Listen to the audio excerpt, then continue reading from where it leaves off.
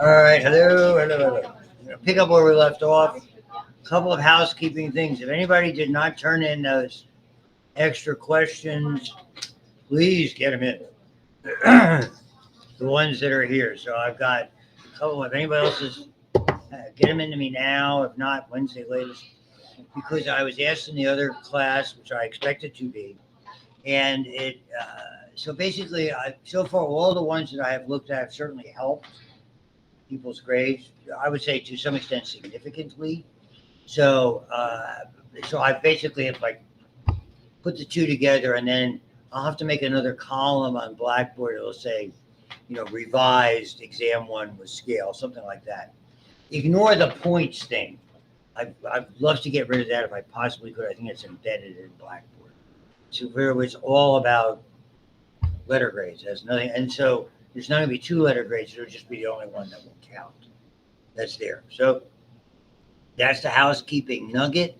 So we have a lot to do to try to get all through these viruses, and by Friday have time to do a sufficient review. Somewhere in my archives, you can see me just looking through stuff there. I have a review already dictated, so I'll make sure I get that to you, and I can listen to it and modify it. So much for that. Ready to go. Off we go. Everybody gets picture of the day. Picture of the day. I'll have to go back to that. That's terrible. Oh. It's all right for a reason. All right. The reason I have to do picture of the day is, and it's not, she doesn't smile. My youngest, are you ready? 38th birthday. 38. Boy, am I getting old. I wish he would smile. It's not a great picture, but it's nice smile with a camera next time. That was about 4 years ago.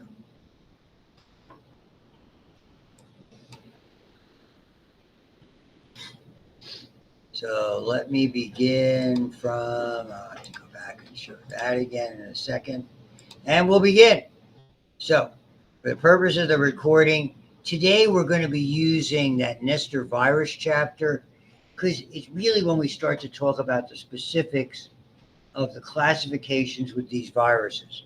The one I did not have time to do for you last time has to do with this. So, and we're going to go back up to here, but you can see I'm down a slide or two. And one of the things that's part of this chapter is how they spread. So in doing this, there's really 4 ways that viruses spread. And you're going to see the categories are based on the 3 major components. And you can have different ways they spread in the same category. The category is based on whether they have an envelope or they do not, whether they're DNA or RNA, and their shape. What I add to the mixture is how they spread, particularly, and you'll see with herpes particularly, which I have that little handout I just put on Blackboard. It really has to do with which one of the different herpes diseases. Because, again, you can have different viruses that share that same characteristic, but, spread differently. So that's the first thing. So these are the major ways. Fecal to oral, just what it says. I mean, this is what happens when people have diarrheal diseases, if they're not scrupulous with their hand care.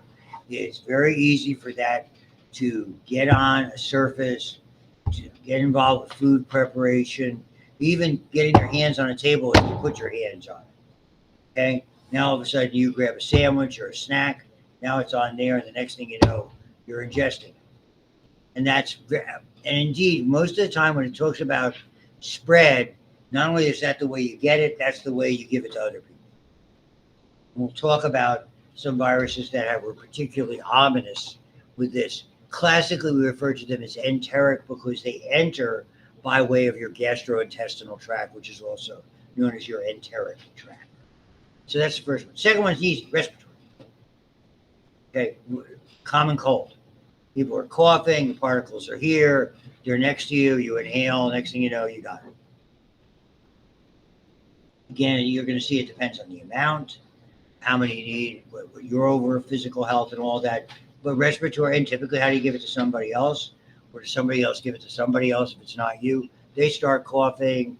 It's why, nowadays we're pretty sensitive to the idea of don't go into the classroom and you're sitting there coughing away. It'd be a good idea not to. This zoonosis is the category. It has a subcategory called, so we have zoonotic and arbo, same thing. It means it's coming to you from another species. That's where the zoono comes from. Animal to human. Okay. So, classic rabies. Almost any mammal can have rabies, dog, cat, squirrel, chipmunk, bat, you name it. They're all potentially rabid. Okay. And the reality when you get to rabies, if you don't know that they have been immunized for rabies, you have to assume that they are rabid. They have rabies. Because rabies is fatal.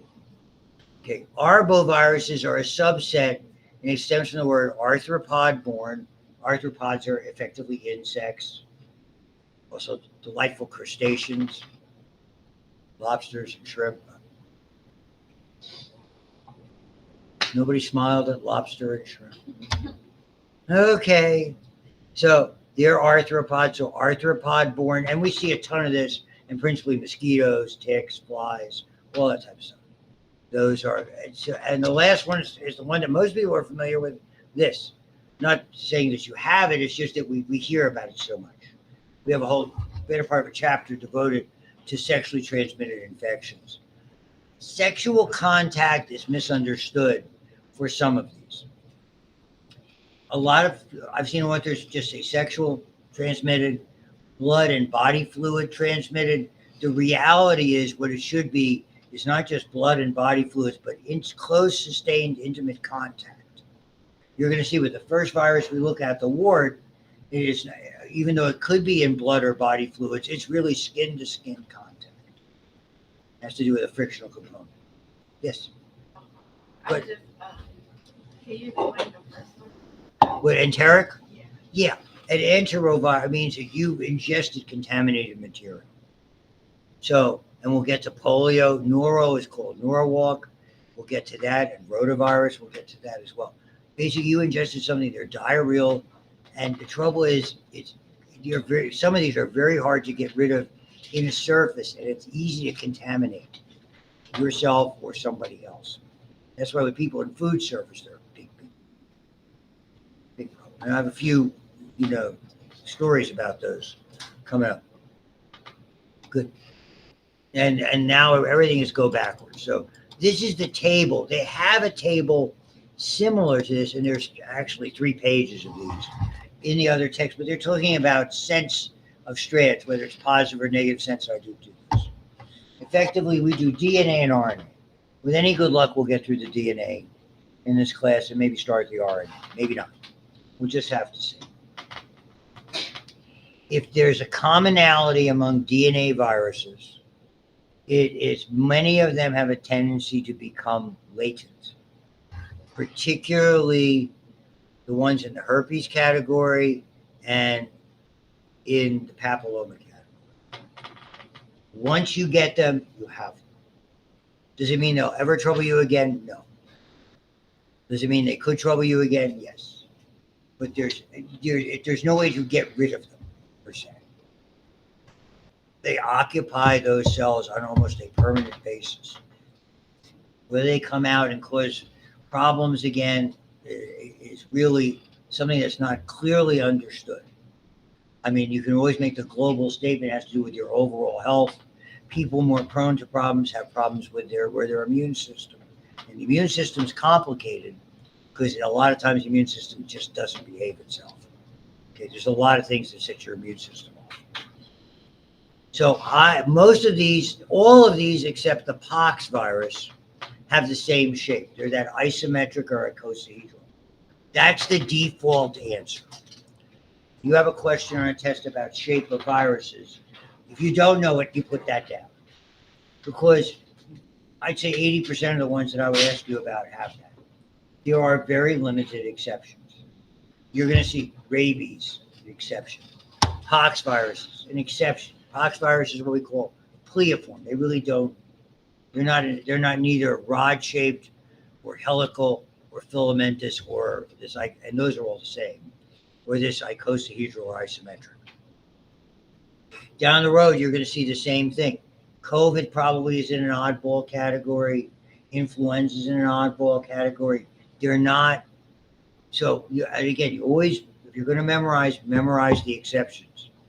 For instance, most of these viruses are enveloped, even though, not overall, if you look at all the viruses. So if you don't remember that specifically there's a non-enveloped or naked virus, your default is probably to enveloped. Memorize exceptions. A good way to study. You don't study as much. Kind of like negative feedback. Memorize positive feedback. Everything else is negative feedback. So, papillomaviruses. Classically, HPV, human papillomavirus. The reason it's great that it's first, it's naked, it's isometric, it lives for a long time on surfaces. Not that they live, but exists for a long time on surfaces. And that is the problem. We will examine it in genitourinary for genital warts with that very significant association with HPV. When they talk about viruses causing cancer, this is the one that causes the most, no question. I mean, even when an older textbook, we're looking at half 500,000 people worldwide, easy, dying every year from that. Same people. It is, again, naked, so it's difficult to control, other than with very, very strong agents. And in the old days, a papilloma was something that looked like a little tiny tumor. That's really what it is. Really, the most common ones are not venereal or genital warts. They're the common wart. You get on your foot, you get on your hand, and many of you may have had them. I can't even tell you how many thousands I have removed in 25 years of treating people, 25 years ago. So I've removed a lot of them. And most of the time, it's from somebody who is in a locker room or a public pool or a gym, and they would have like burlap, or now they have those like nylon bristles for their non-slip, which you have to have if you have a pool that's being used commonly. And basically, it would inject that, it's into the skin. It's direct contact, and injects it not anywhere deep to bleed, but it's an epidermal lesion. So you remember studying the skin, you have 5 layers. Viruses, wart viruses are what's called the stratum granulosum. That's how you make the diagnosis when you remove one and look at it under the microscope to justify what you're doing as a procedure. And most of the time they're contact. They're much more common when we're younger, and then somewhat more common when we get older. And in between, your immune system basically takes care of the problem. So there's nothing really remarkable about them. We look at them again in skin, and we certainly look at them in the STD part of the program, genitourinary infections. So that's the best I can tell you for now about them. But again, they're causing, the oma suggests growth or tumorous growth, and that's really what they are. They're basically a benign tumor. In the old days, they combined these categories. We do not now. I will not ask you about polyomavirus, but they're almost identical to look at without testing. The Merkel cell, you might remember, is one of the 4 epidermal cells. You had keratinocytes, melanocytes, Langerhans or dendritic cells, and Merkel cells, which sat on top of a nerve ending. Okay? Whether you had to know about that or not, in AMP1, I don't know, but I teach more AMP1 than I can think. And what was interesting about this is a deadly cancer. Okay? And most notably, last year, I believe, a very famous individual died of this cancer. One Jimmy Buffett of Margaritaville fame and a variety of hit songs over the 70s, 80s, an extraordinarily popular entertainer who basically recorded a lot of stuff in Key West. Where he was. Shout out to Key West, fun place. No Key West fans? Chickens run free.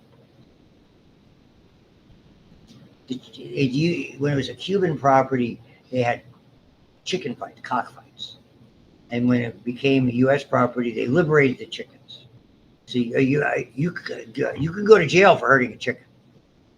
So it's hard to avoid the chickens. We loved them. My wife and I just loved them. 4 o'clock in the morning. We'd go out there in the morning and walk around and listen to the chickens. She had a pet duck. So moving on. And again, naked, easy to get. Adenovirus, a bad cold. We look at it in respiratory diseases. Adeno means gland. When you get that cold, yes, it's not a regular cold. It's swollen glands, fever, sore throat, most likely adenoviruses. They can be pretty mean. Again, they're not life-threatening. That's kind of why even they've looked at vaccines about them. But typically, vaccines are dangerous. Don't let anybody tell you that otherwise, that they're completely safe. They're not. There are always outbreaks of odd syndromes and difficulties, not only with COVID, but any other vaccine. And so the question is it worth taking the risk of somebody having a significant disease for a disease that's very unlikely to kill them? That's really what medicine is about that. So those are adeno, and we'll look at them in respiratory. Last one on the naked list down here, parvo. Remember I asked you about parvo, who gets parvo? Dogs. You get parvo. Parvovirus causes something called, and we look at it in skin disease, called fifth disease. Before they knew from viruses and bacteria, back in the early 1900s, they made up a list by number of the most common diseases that cause a rash. Measles was number 1. Scarlet fever was number 2. The fifth most common one was this. They did not know it was a virus because they didn't know enough about viruses. And it was called, back in the day, has another name. I think it's erythema infectiosum, infectious redness. It's called fifth disease, but it also is called slap cheek syndrome. Kids get a low fever and their cheeks get very red, particularly here, like somebody smacked them. And many parents are very reluctant to take them to the emergency room because they figure, you're hitting your kid. Which, my parents never got that memo, by the way. It was a while ago. My kids got that memo. Told you. I get angry at them, not 38-year-old one. 1-800 for a child.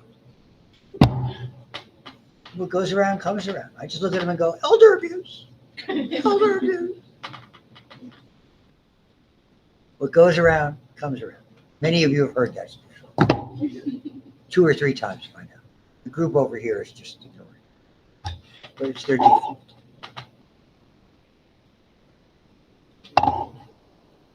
Okay, I did the same routine with the earlier class. If you want to hear that, I'll put that lecture up too. And so and my kids all have this. And again, it's relatively self-limiting. So again, that's one of those, in animals, we're looking at a virus that's in this category that's diarrheal in nature. Okay, and typically that comes from dogs that are kennelled. Animals, not just dogs, I know as well. So be wary of that. Okay, so it brings us to the 2 that are enveloped. We do herpes last. Thankfully, I found that handout so I don't have to write it on the board. So we did smallpox in the first start of this. We talked about Jenner. Smallpox has been eradicated. It's still a potential bioweapon. So the military and the Defense Department still has vaccines. They still have samples. It's the ultimate bioweapon. It's a respiratorily spread virus that you could spray as an aerosol in a mall or in someplace in an enclosed area, like where our basketball team plays, and people would be dead in days. Herpes? Well, smallpox. Oh, I was about to say. No. Smallpox is respiratory, tremendous coughing, rash, high fever, ugly sores, and then all of a sudden they die. And when they're coughing, they're spreading it around. We haven't had a case since 1977 anywhere in the world that last case was in Somalia in 77. So as far as we know, it's eradicated. But unfortunately, there's bad people in the world. And if you want to control them, you have to be prepared. The cowpox, so that's respiratory. The cowpox is contact. Could it be respiratory too? Well, remember when Jenner did his experiments, he observed milkmaids And typically it was getting on their hands from the udders. So maybe it's something that can be spread in more than one direction. But smallpox we know is respiratory, and the cowpox might be both. Okay, and there's one other in this category that, interestingly enough, is kind of like warts. Okay, because it's one of these really non-problematic, cosmetic affected viruses that can be sexually transmitted. Called molluscum contagiosum. I've had several patients with it over the years. It's actually a pox virus, and just like HPV, frictional, during intercourse, frictional activity, skin to skin, can do this. We will see on hands and feet if somebody fell on one of those roughened areas, and it could be inoculated in the skin. It's very easy to remove. It does no damage other than cosmetic. It gets its name because one, it's contagious, and the other, molluscum, back to like arthropods. Mollusks are clams and oysters. So the lesion, the little sore, such as it is raised in red with a white center. And so it's like a pearl in an oyster.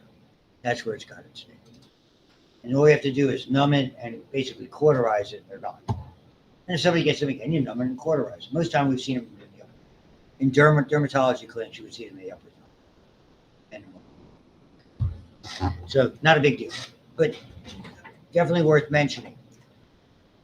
Conceivably, proximity to the birth canal could be problematic, but I don't know that that's necessarily a problem, because every time I've seen them, they've been dealt with rather expeditiously.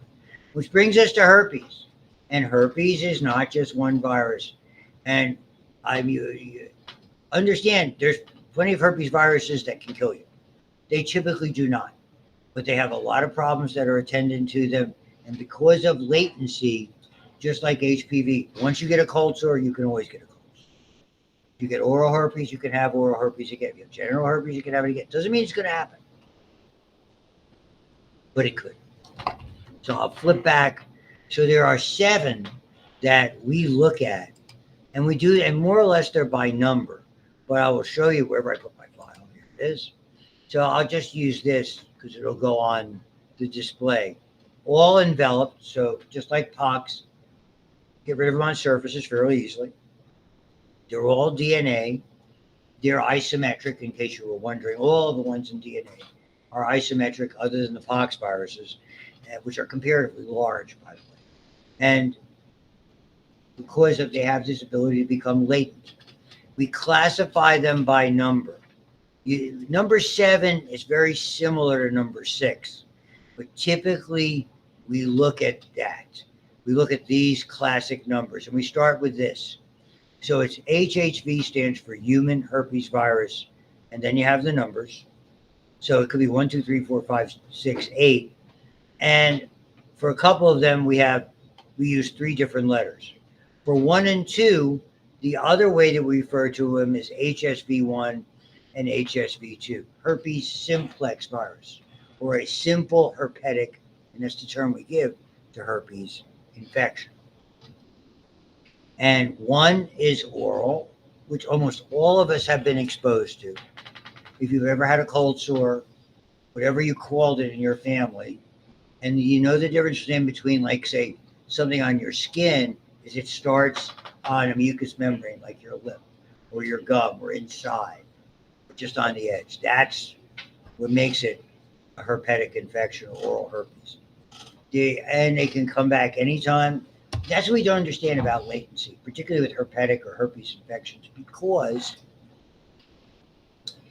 they can be, sure, if your immune system was compromised, you're very sick, you're very old, but we see it with a lot of stress situations, loss of a loved one, accidents, stress. My wife would get cold sores when she was in nursing school. Okay, my wife's 50 when she was in nursing school. And so right before a test, she'd get a cold sore. Because she's stressed. She's one of those obsessive, stressed out studiers.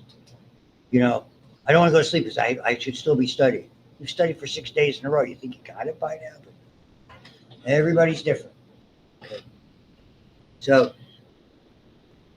It's my first wife gave herself an ulcer in nursing school, so it must be attractive to folks who get stressed with exams. And so I don't mean to joke about it because this is not as simple as that. Typically, it's just a recurrence of a cold sore. The reality is that same very attractive picture I showed you about 15 years ago, she ended up in the hospital and had to be treated for viral meningitis, which they thought was bacterial, had to do a spinal tap, all that stuff. It turned out when we talked to the infectious disease specialist, they put her on, and there's a wonderful medicine for all of these, Valtrex. The acyclovirs are the best antivirals. We'll do a unit on those. It responded wonderfully to those, even though she had to go back in the hospital because they only gave it to her they didn't give it to her for quite long enough to start to recur. Stiff neck, headache, could hardly move, high fever. Those are all the signs. If you have somebody like that you know, stiff neck, headaches, fever, I wouldn't do urgent care. I'd be doing emergency. There's viral, the bacterial meningitis, you don't have a lot of it. So it was explained to her that imagine this was a cold sore that rather than coming out and developing on your lip or your gum, went in. Where they hide out, you might remember this from AP1, is called the dorsal root ganglia. It's where sensory nerves enter the spinal cord. There's a little area where all the nerve cell bodies come together outside the spinal cord called the ganglia. All herpes infections, they hang out there. So they can go almost anywhere because they can be in the cranial or spinal nerves. In contrast, so oral is typically cranial nerves.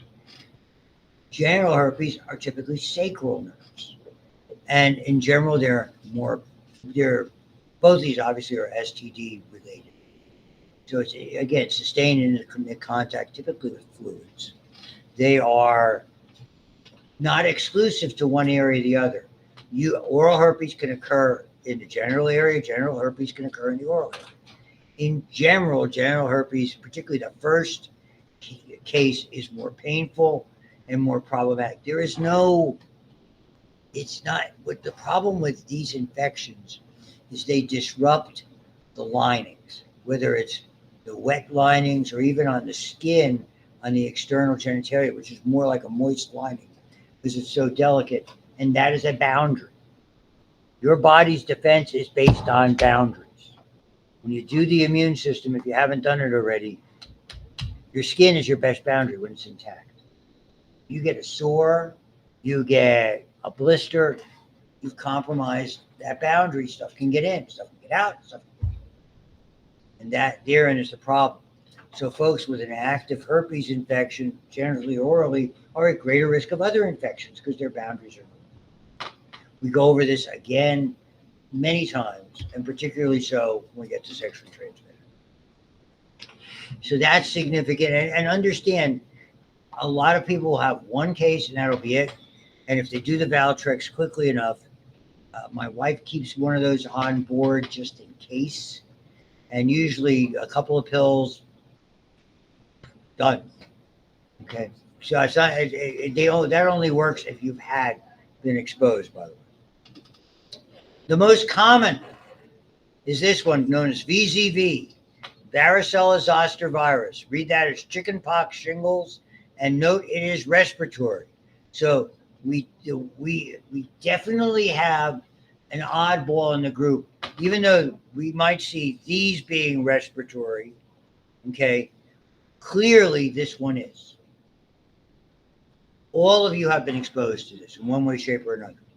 Most of you because you've been immunized for chickenpox, which has been around since 1995. If you were a child younger than that, you would have gotten the disease because nearly everybody did. All three of my kids got it. Okay, within 2 weeks of each other, according to age, in descending order. How's that? 5, 4, 2, in that order. And they all had. Now, understand, my kids are not they're not biologically related to me, and they are not biologically related to one another, all being adopted. They each had 3 different presentations. That's how variable. My eldest got your fever, you're covered in pox, which are little pustules that dry and get super itchy. You have 104 fever. He was covered. We were worried about the other 2 were going to get it. Shouldn't have been. They got it. And he went to stay with grandma and grandpa and was fine. 2 weeks later, he's 10 days, 5 days, whatever, good to go. So we were happy. He had a nice case. We figured plenty of immunity. My middle one, maybe 102 tops, a few spots, didn't slow him down. We were disappointed. My daughter, 106 fever, nearly life flighted her to children's. How's that? Covered. Super sick. But that close to life flight. Yes. So like, how do things appear? Is it like they just woke up? They woke. The fever started, and all of a sudden you start seeing little spots start. With 2 weeks, almost to the day of each other, in that order. Fascinating. How that happened. It's now the immunization was not available. They had all their regular immunizations, so it wasn't available. They didn't get any of the other diseases. As kids, we all got those because they didn't have any of those immunizations. I told the other class to tell you the same thing. The moms in my neighborhood, at the end of my first grade, and all the kids were around the same ages, between kindergarten and like fifth grade. They took us to the circus in New York City.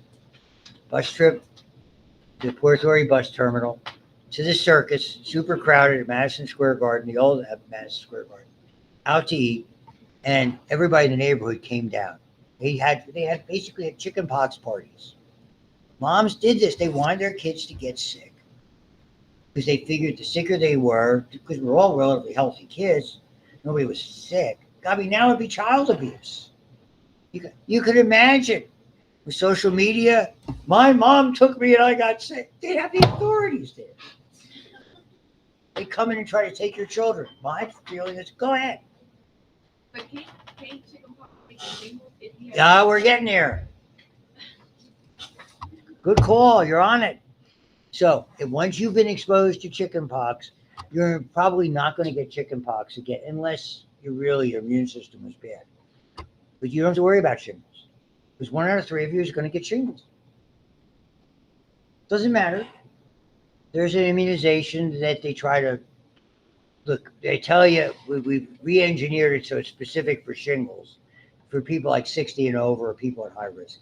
I know I never had it, but shingles can occur to a young person 6 months after they had chickenpox, or to a senior citizen, just as easily. More common in older because your immune system is not as strong, but shingles can occur to anybody at any time.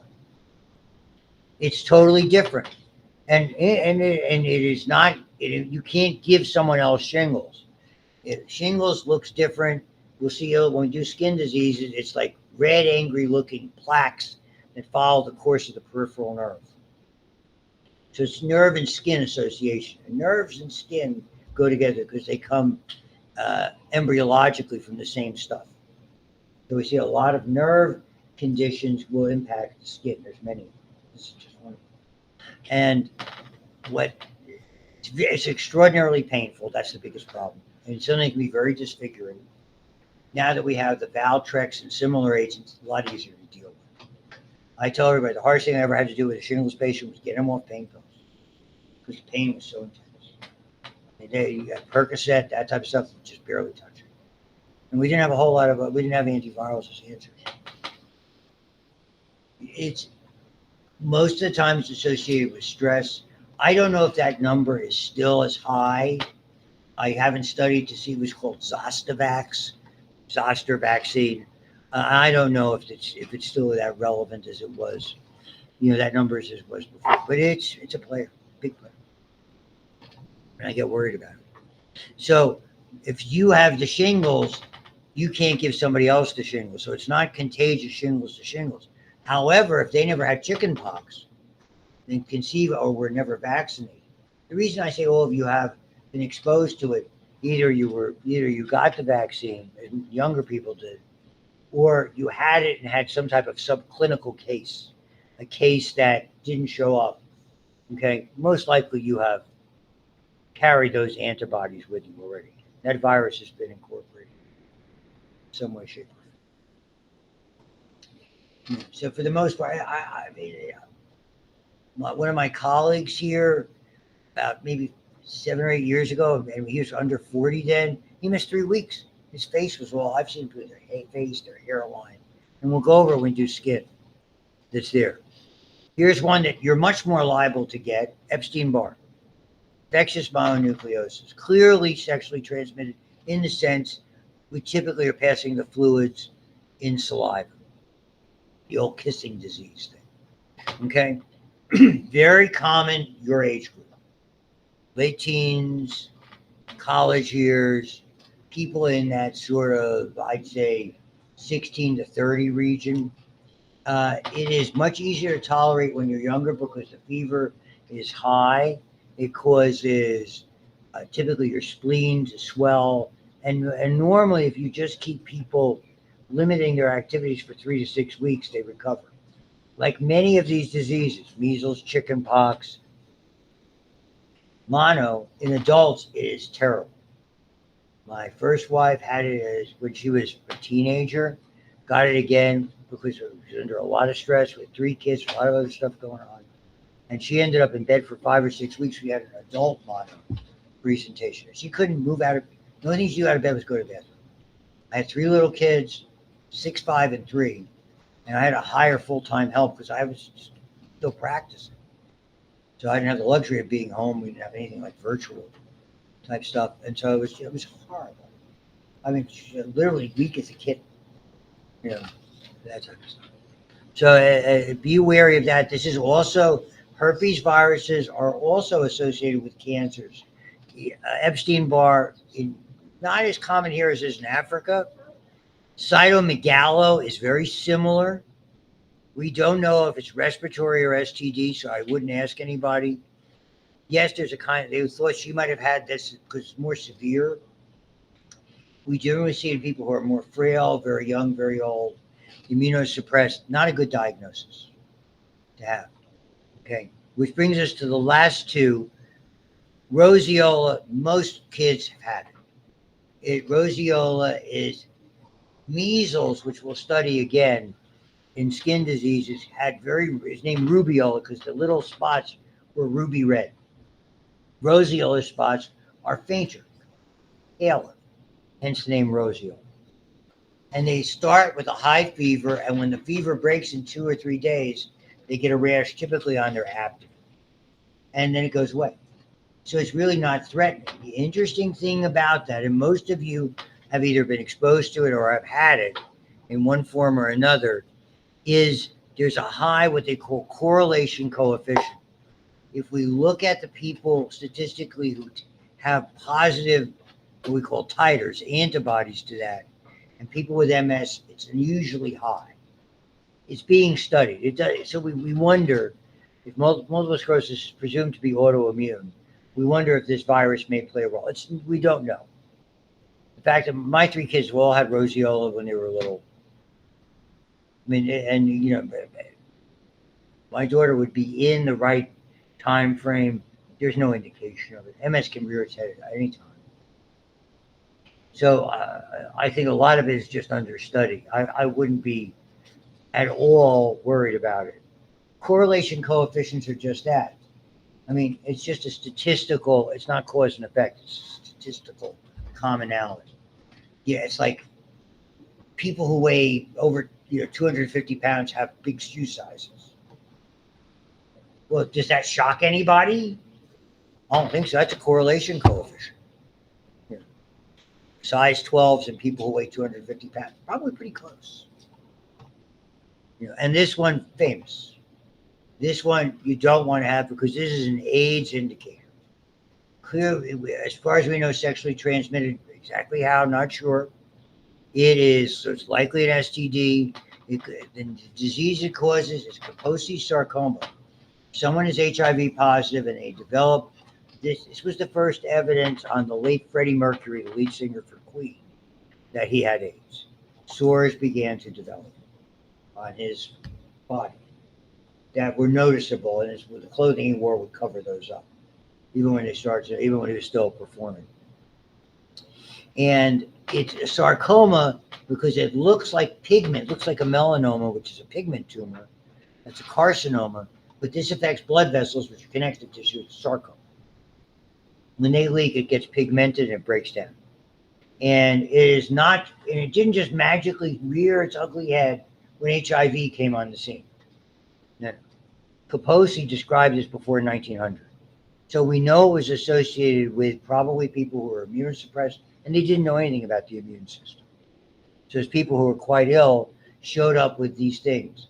And it became more identifiable as the AIDS epidemic really developed largely in the 70s. I have a lot of information on that because at that time, I spent 6 years in Philadelphia when it was at its peak, or peaking, between 73 and 79, both in medical school and in residency. And even though HIV and the diagnosis of AIDS was from a paper from San Francisco, the two areas in the country that had the largest gay male population per capita by percentage were San Francisco and Philadelphia, in that order. And so the doctor in San Francisco identified a pneumonia that caused it. In Philadelphia, the gay community, I saw two cases, one in 76, one in 77, about 6 months apart. Most physicians don't see one in a lifetime. I saw two in less than a year, and both in the same thing, in gay male indigent populations, to be fair. So these, they were clearly ill, but there was clearly a correlation. And the gay community was very well aware, without a name, that there was a disease that was killing their members quickly and painfully. And all they said, oh, he has it. That was the discussion. And I'll give you more information about it. My first wife and I, when we were engaged and first married, lived above a fellow who's gay and very active in that particular community. A lot of friends, they came over to his house all the time. We had many meals together, went to a lot of fun. My wife was his date. It was back in 1977, this was, for the company Christmas party and the company awards dinner, you had to bring a date. And they wouldn't be welcoming of your date being same-sex individual or whatever, someone who wasn't typical of.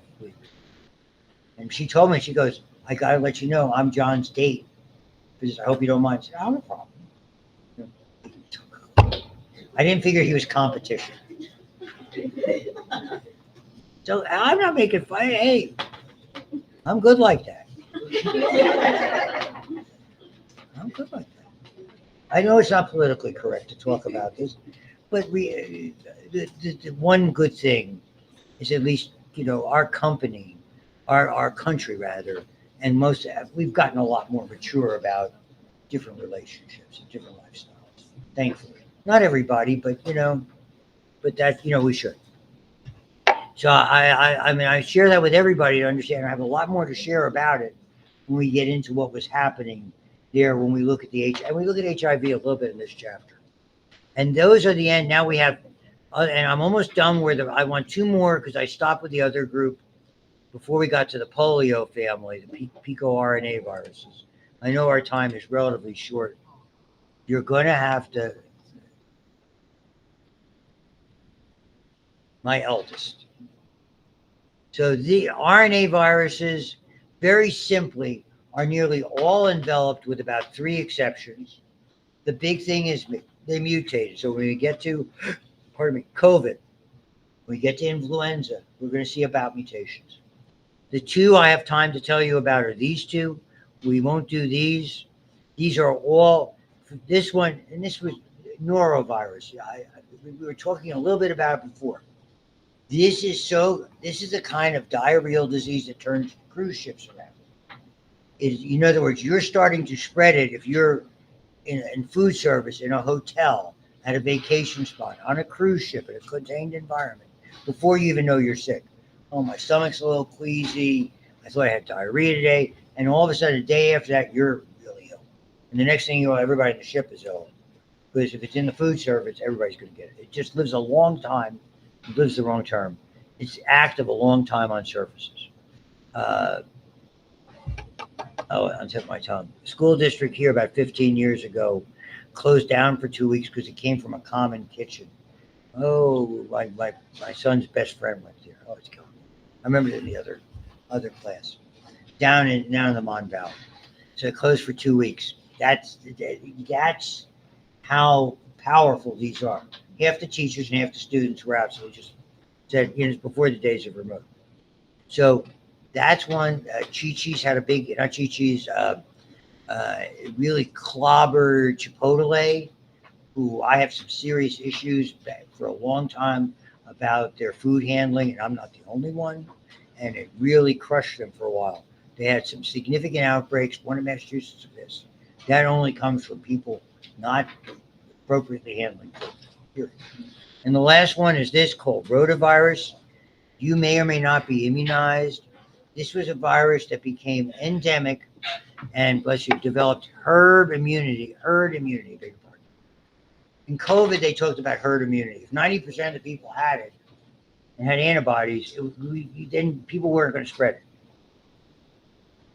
In the Southwest, along the Rio Grande, Mexico, Central America, Texas, Arizona, those areas, it's commonplace. It's called the infantile diarrhea virus. It is easy to spread because it's naked.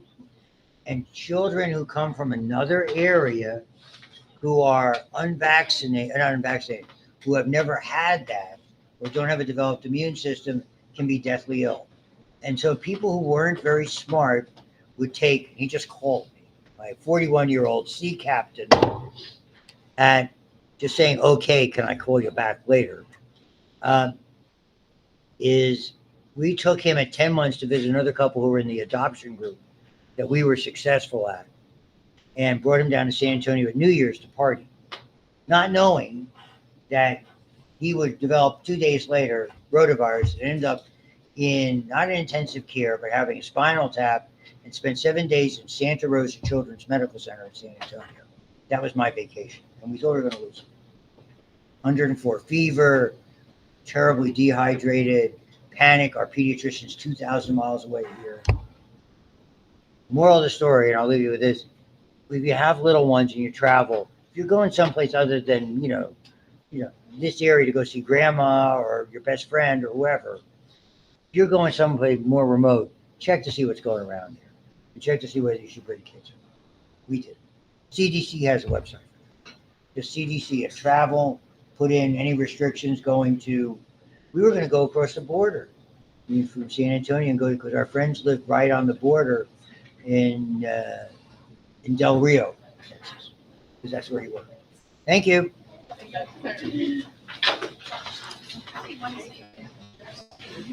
Monday? Yeah, I got to get everything. I'm glad you reminded me. I have to do some get-together work on that.